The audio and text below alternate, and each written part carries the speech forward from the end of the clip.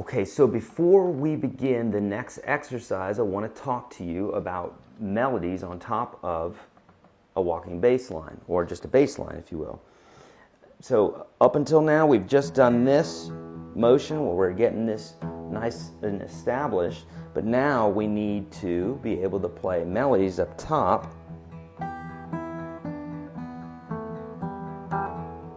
That sort of thing, okay? So we're gonna ease into this, but essentially what we're gonna do is this is gonna keep going, and then we're gonna be adding notes on the top. We're gonna be doing this with middle and the M and the A, okay?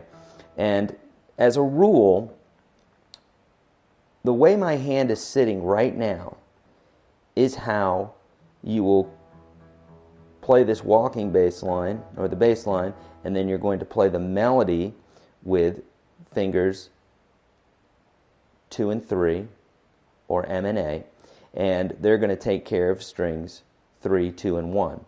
And you can see where my fingers are resting right now. You're going to be playing there a lot. Now if I need to grab this higher note, this higher string here, I'm going to be doing that. I'm going to be moving the A finger down, or the third finger down to that string. So if I want to play a melody here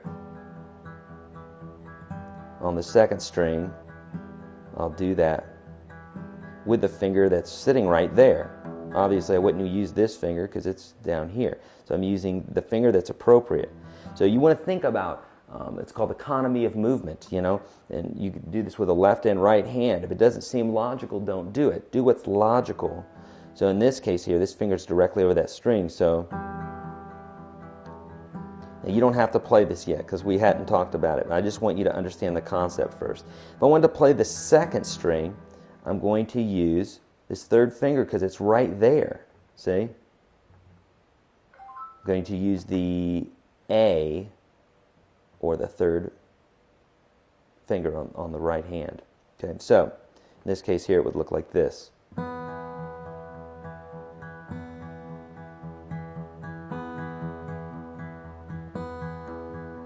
Okay? Again, you don't have to do this yet. We're going to work on some exercises. I just want you to observe right now. Okay, and then lastly, if we want to play this high note, we're going to bring that third finger, the A, all the way up to that high note.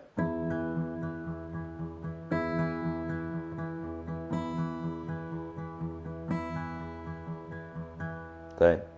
It's going to be the basis of everything that we're going to be doing here. As far as the pinky, you're just not going to use it very often. Even in classical school, they hardly ever use the pinky.